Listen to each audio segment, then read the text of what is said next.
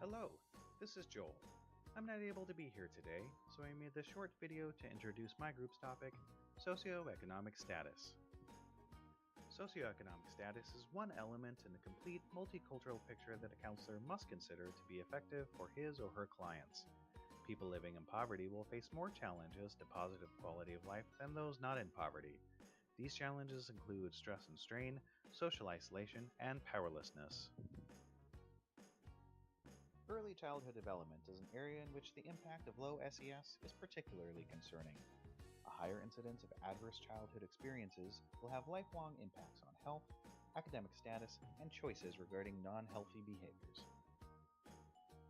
Much of what we know about the negative impacts of low SES come from Drs. Anda and Folletti and their 1997 study on adverse childhood experiences, or ACEs, which tracked prevalence of ACEs and their long-term health outcomes for over 17,000 adults.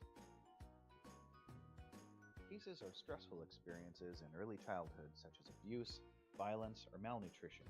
People can experience multiple ACEs simultaneously. To understand how ACEs lead to poor childhood development, we should understand three kinds of stress: positive stress, tolerable stress, and toxic stress. Positive stress is both necessary and occasionally helpful to development and occurs in situations like meeting new people or traveling to a new place. Tolerable stress happens in times of more severe stressors, like death of a loved one or a natural disaster, and it has potential for lasting, negative effects, but it is usually buffered by things like helpful family relationships. Toxic stress is intense and prolonged, and causes the body's stress response system to always be on, a condition called allostatic overload. Allostatic overload can cause permanent damage, especially in children. Ongoing experiences like abuse, neglect, and violence can all produce toxic stress. People living in poverty often lack the kinds of social connection that could promote resilience, emotional, or material supports. A study by Scott supported family helps buffer the effects of low SES for Hispanic and African American youth, but the study also showed family is less helpful as SES decreases. Conditions of low SES can help lead to situations of crisis in which the individuals have little personal, social, and financial supports to help manage them. In 2011, Minnesota conducted an ACEs study of its residents and found that nearly 50% of the population report at least one ACE.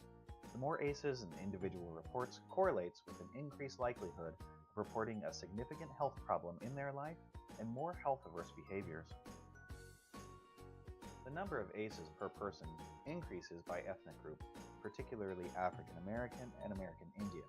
Educational level, having a high school diploma or less, being unmarried, unemployed, renting a home, and reporting food insecurity.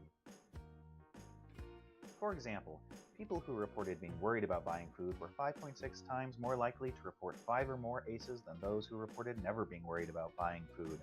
For a counselor, the ACEs study suggests that mental health and SES are intertwined with multicultural concerns that include race, education, age, gender, and more. People in poverty have a lack of control over their lives, which erodes self-efficacy and personal power. SES is a factor in developing a mental health concern and a barrier to getting help.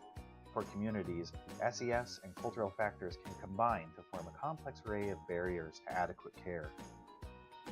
Because exposure to adversity decreases the potential to escape adversity throughout life, counselors must view SES as a factor in a broader multicultural perspective on counseling and consider the particular ethical issues it demands.